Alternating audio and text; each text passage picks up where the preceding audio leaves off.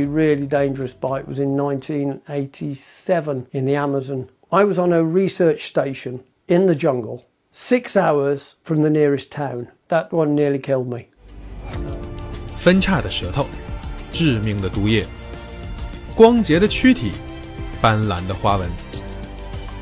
蛇类这个不走寻常路的演化奇迹，可以说是最有话题度的陆生脊椎动物类群。神出鬼没的它们，至今身上还有大量的未解之谜等待我们去探索。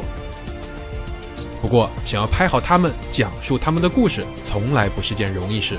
你不仅要远离城市的喧嚣，深入蛮荒之地，更可能要面对它们的致命反击。即便你做好了应对危险的心理准备，也可能在野外一无所获。所以，想拍蛇类纪录片，在影像设备尚不发达的30多年前，几乎是个不可能完成的任务。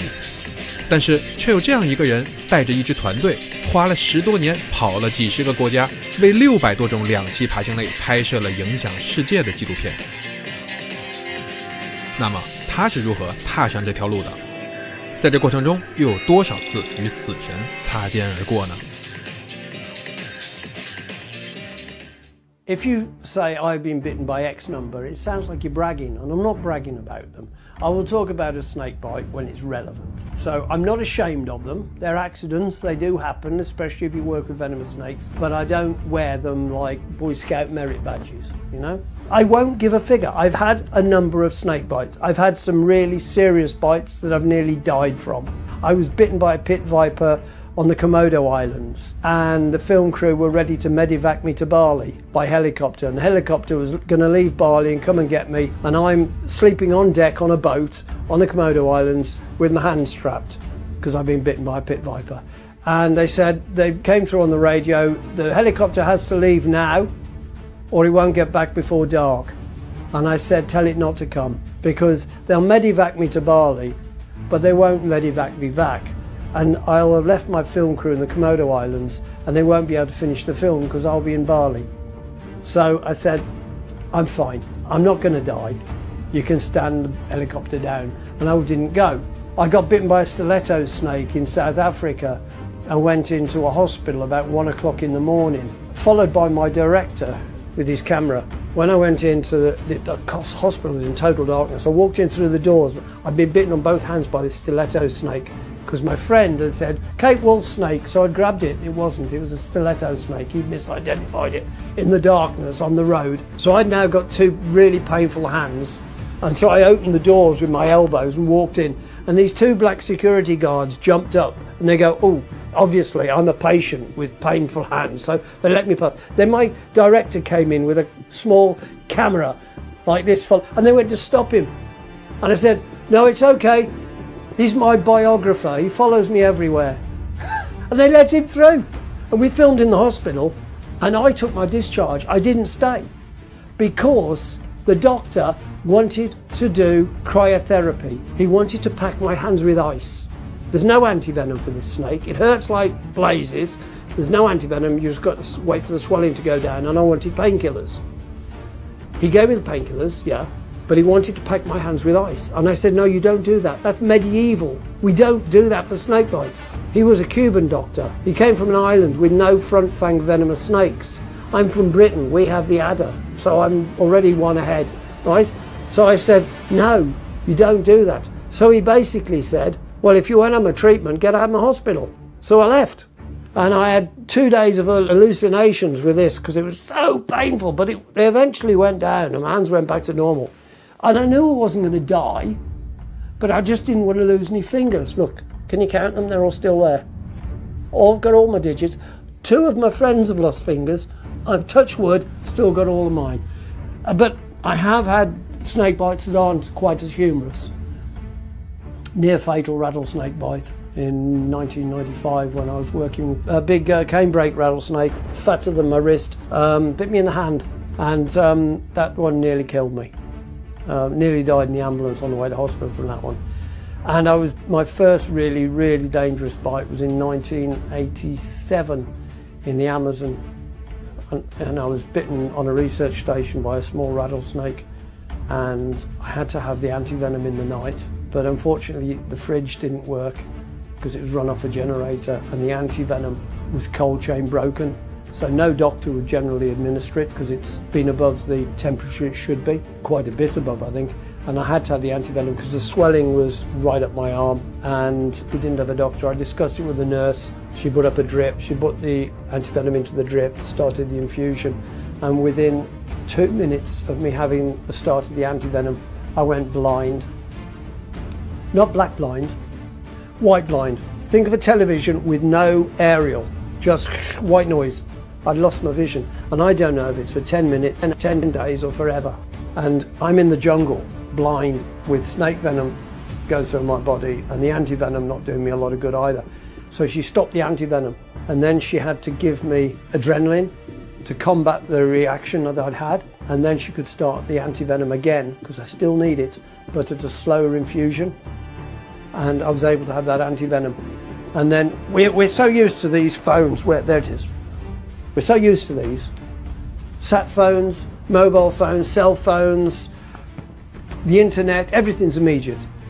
If you want to talk to somebody back in China, you could contact them now, this very minute, and speak to them in real time.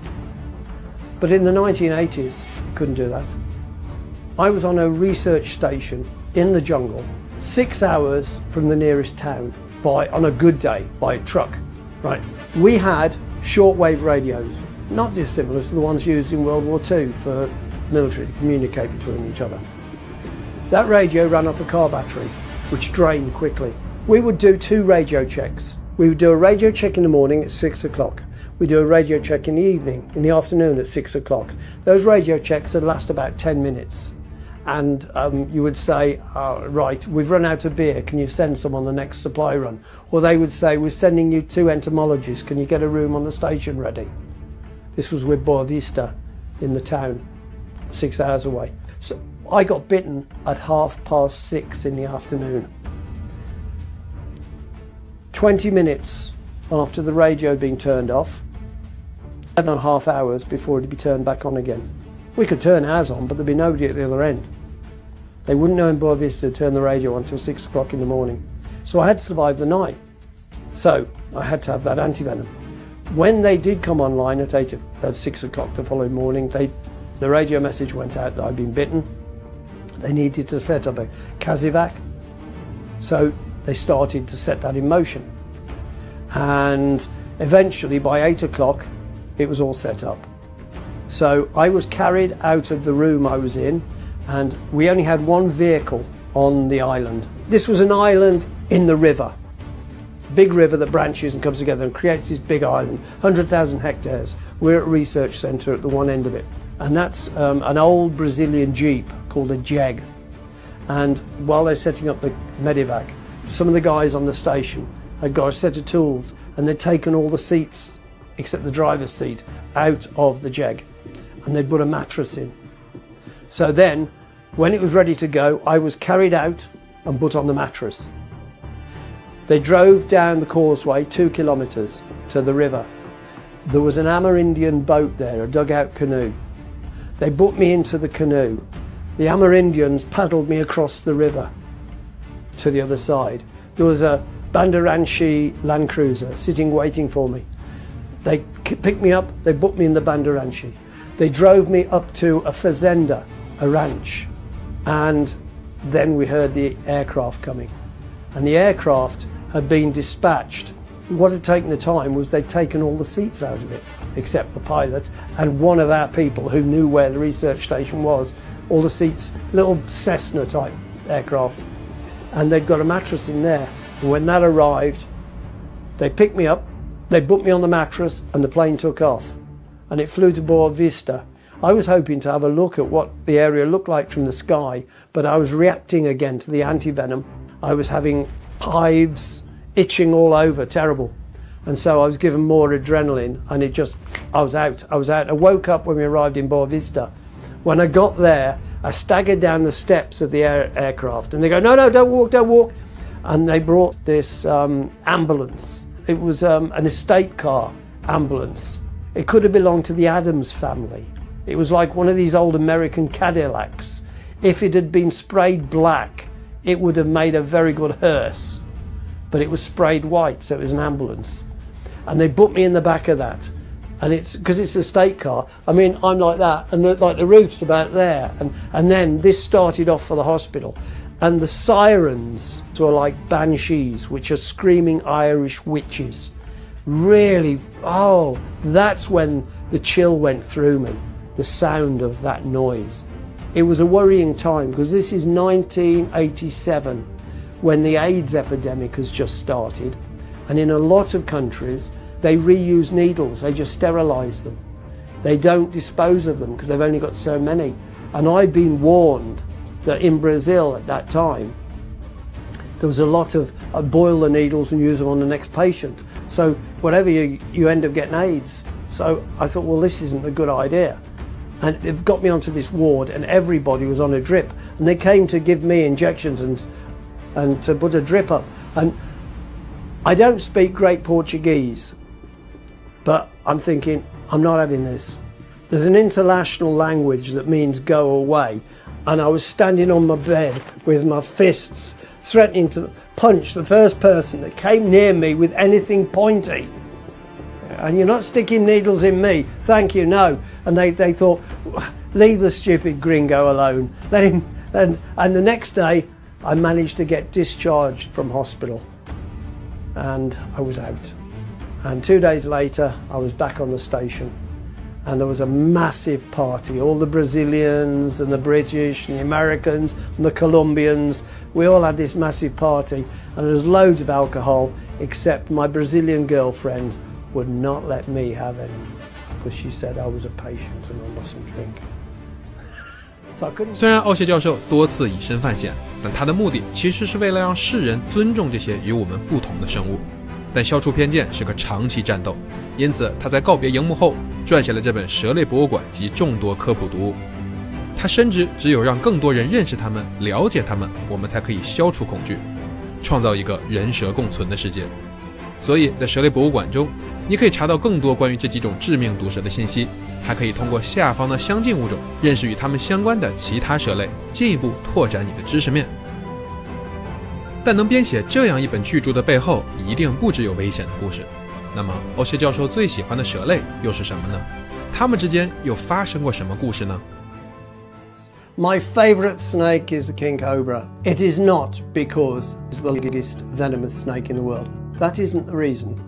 The reason is anybody who has worked with king cobras will tell you there is something going on behind those eyes.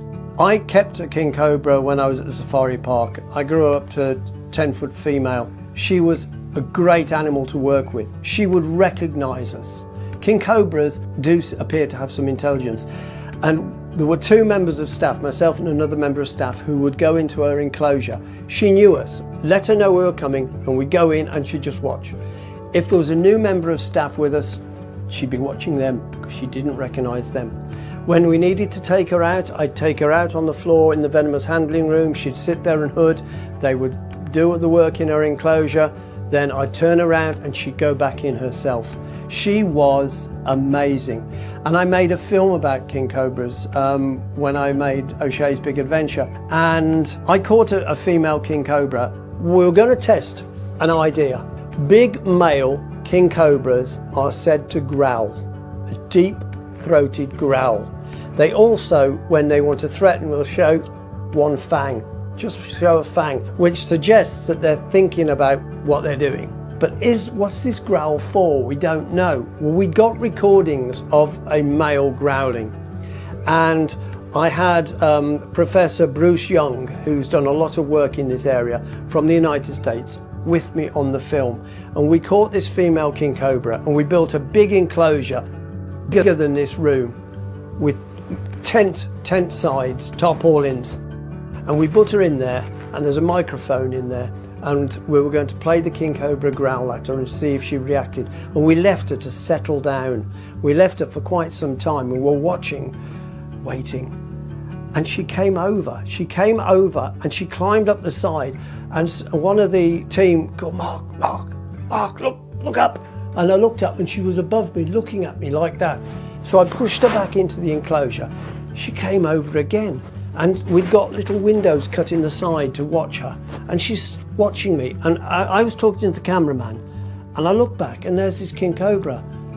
And she started to do this. And when she looked, I saw her pupils go like that.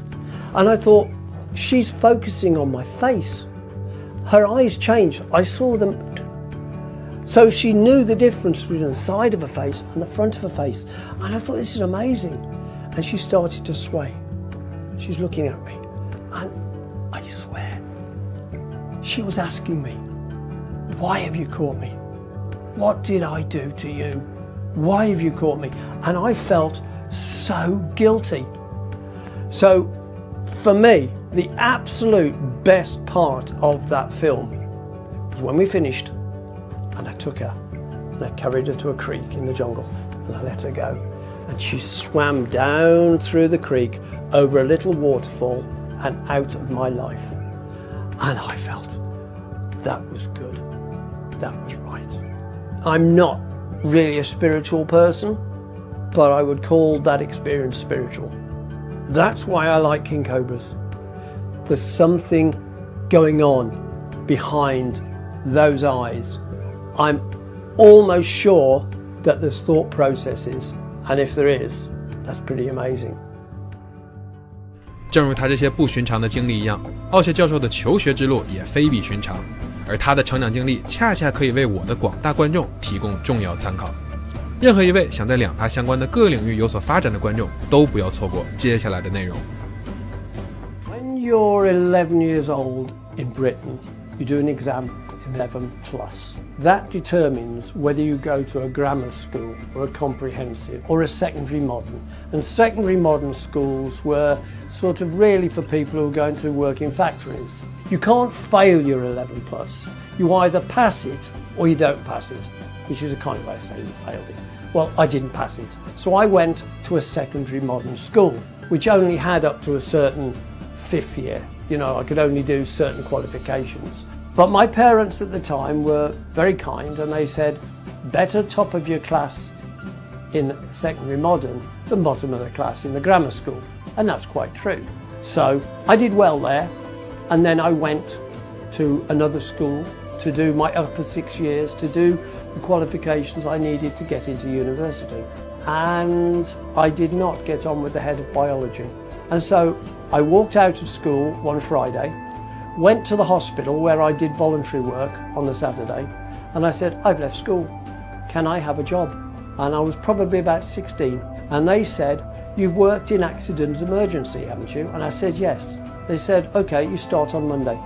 And so I worked in accident emergency in the National Health Service for about 7 years. And then I decided I wanted to go back to academia. And so I don't have the qualifications. I'd got naval zoology. I didn't have the qualifications for university. So I thought, well, I'll go and be a teacher like my parents. So I went for an interview to be a teacher. And in the interview, they said to me, you don't want to be a teacher, do you? I said, no. They said, you want to study biology? I said, yes. They said, there's somebody here you should meet. And they introduced me to a Dr. Lintonbon. And I sat with him for a few minutes, talking about what I wanted to do with my life. And he said, you know, you've impressed me. I'm prepared to offer you a place on our Bachelor's with Honours degree in Applied Sciences at the Polytechnic of Wolverhampton. And I said, yes, please. And it's all from there. I went to the Polytechnic, which was a sort of university in its day, and learnt to think like an academic. Everything has come out of that. So the funny thing in life is you come to T-junctions or crossroads in life and you think, what shall I do? Shall I take that job or shall I do that? Take the one that sounds the most exciting, because if you don't, you'll spend the rest of your life wondering what would have happened if you had. If you take the easy option, more of the same, you're just never going to be happy. If you take it and it doesn't work out, you can go back and carry on. And I've come to those junctions 2 or 3 times in my life, and I've taken the one, like getting into television was like that. You know, opportunities come along at the least expected moment, and you should take them with both hands and do your level best. So I ended up now I'm a professor at a University of Wolverhampton, which markets itself as the University of Opportunity. And it certainly is. It was my opportunity when it was a polytechnic. Yeah, education's a wonderful thing. And the thing about doing a degree, it isn't just about learning facts. It's maturing and learning to think outside the box, learning how to problem solve, learning at different ways to come at a problem, learning how to analyze data, learning how to speak to an audience, learning how to write in a way that you are conveying information to an audience. These are important skills that if you want to become a professional, you will need at some point. So going to university and picking those up early and then practicing with them is very, very important, and it sets you ahead of the crowd. So I would say education is the key to most things in life that involve communication and thinking and so forth. And so if somebody wants to become a professional herpetologist, professional ornithologist, mammologist, entomologist, any kind of ologist, yeah, education. 感谢奥谢教授的慷慨分享。如果他的经历启发了你，让你也想在专业领域有所建树，那你一定要关注相关的学术会议。在两爬学界最高等级的国际性大会，莫过于每3到4年在世界各地轮换举办的世界两爬学大会了。今年的举办地在马来西亚。我替各位问了奥谢教授在下个月大会上的演讲主题，现在你不用飞到马来西亚，也不用缴纳报名费，就可以提前知道他的发言内容。Of course, the biggest event every 4 years is the World Congress of Herpetology, and one of them was held in China. Unfortunately, I couldn't get to that one. I've been to 5 of the 9 so far. The 10th World Congress of Herpetology is taking place in Kuching in Sarawak, and it's in early August. And I'm planning to attend. I know that quite a few Chinese herpetologists are coming from Chengdu and various other places. I'm hoping to present 2 short papers, 2 presentations.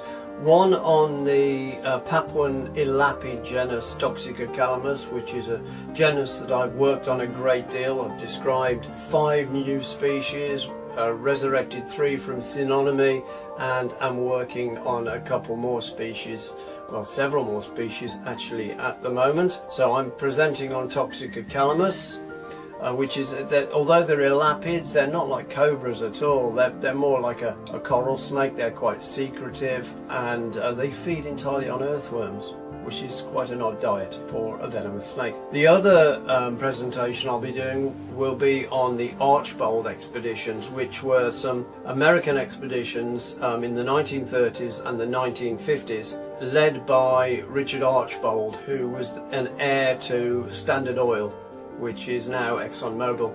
He was an heir to the fortune, so he was a very rich young man, and he very wisely put a lot of that money into running biological expeditions, collecting specimens for the American Museum of Natural History in New York. So he wasn't quite leading the playboy lifestyle. He was using his money much more sensibly for science.